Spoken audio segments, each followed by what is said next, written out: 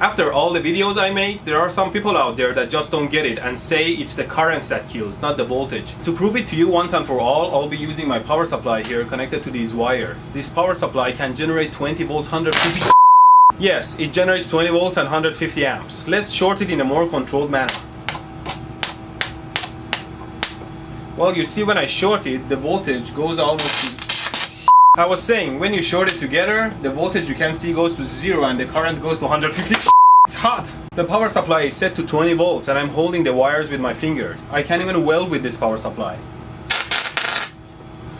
Although this power supply can generate huge amounts of current, it can't send it through my body because it's only set to 20 volts. I can't even feel it on my fingers. I like to put it on my tongue, but before that I have to reduce the voltage to something like 1 volt because, you know, the resistance of the tongue is much smaller than the skin. And still, if I short the power supply, I get the same 150 amps. Okay, you can see it still sparks. Let's try it out. What the f? I thought I set it to 1 volt. Huge. Don't completely trust the gauges on your instruments and always double check them with a meter.